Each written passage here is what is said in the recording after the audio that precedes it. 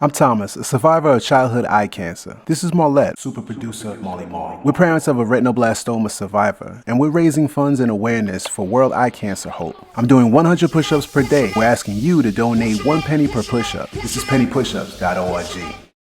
Penny Push-Ups 2015, Day 13. My name is Clayonia Colbert Dorsey. Probably I'm the only Clayonia that you will ever meet. My mother gave me life twice. Maybe I was a year and a half or two. She started noticing sort of the cat's eye glare that a lot of folks talk about, and not too many other people noticed it. But I always say a mother is very in tune with their child. My mother just realized that there appeared to be something that was different or something that was wrong. And she took me to countless numbers of doctors, all of whom told her there's nothing wrong, she's fine, take your child home, it's your imagination. She never accepted that. She just knew that there was something wrong. And so finally, she did find a pediatrician in my hometown, which is Cumberland, Maryland. They sent me to Johns Hopkins because Cumberland's about 2 hours from Baltimore, Maryland. Surprisingly, the doctors at Hopkins thought that the Cleveland Clinic in Cleveland, Ohio would be a better treatment source for me. And so my family ended up going there. I had a nucleation at the age of 3. Retinoblastoma in the one eye and no radiation. Clayonia remained cancer-free. But the residual effects of RB go beyond genetics, treatments, and visual acuity. Losing an eye is not a very common occurrence. Growing up, we just want to fit in. Being completely different from everybody else, also being a Black child growing up in the 60s in a predominantly Caucasian town, just made life interesting. I didn't know anybody else like me. The oldest of 4 siblings, Clayonia was never treated differently in her home.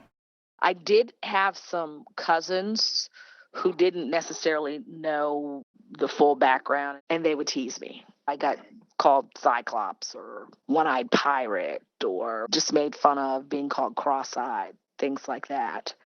And that was hard to accept. And I think that that probably contributed to some of the struggles with my own personal acceptance, because I knew people teased me and didn't really understand my story or understand what I went through. And then things happen outside of our control that can, at first glance, seem to be a problem, but end up bringing out the best. In the first grade, perhaps when I had gotten a new prosthetic, because there's an adjustment period when you're changing from different sizes or whatnot. And I was at the water fountain and my eye just popped out. And kids saw me and they saw it happen. And I'm sure that I freaked some people out. I remember going up to my first grade teacher. My eye was in my hand. And I go up to her and I say, "Miss DeVore, my eye came out."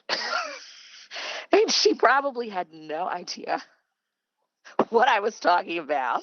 And I was just very kind of matter of fact about it. And I was like, "Yeah, can you call my mommy? And I need to put it back in." That relaxed, no worries attitude paid off.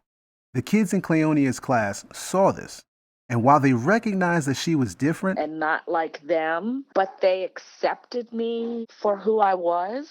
Despite a bit of natural self-consciousness, her acceptance of herself made certain things clear. I've not wanted my vision difficulties to stop me or prevent me from doing things that I wanted to do. I know people who have monocular vision and they're afraid to drive. I got my driver's license at 16 or 17. I was on our school drill team. Having the right attitude and information on how to adapt made each of these activities more than possible.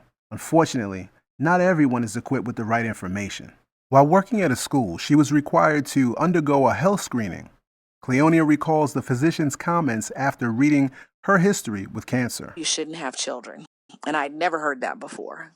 It would later be determined during a pregnancy that Clayonia had the non-genetic version of RB and gave birth to a daughter who was RB-free. As far as her retinoblastoma experience is concerned, I speak more freely about my story and the impact it's had on my life. I'm just grateful for the fact that I'm alive today and that it's been a blessing in some ways. And if I can encourage others with my story and through my experiences, then I feel like that's what I'm called upon to do in this life. Thank you, Clayonia, for choosing to tell your story. You're an official member of the Penny Push-Ups team, supporting children with eye cancer one push-up at a time. If you've been impacted by retinoblastoma and want to share your story, email me at thomas@weseehope.org. That's WECHOPE.org. For everyone else, here's how you can be a part of the Penny Push-Ups team.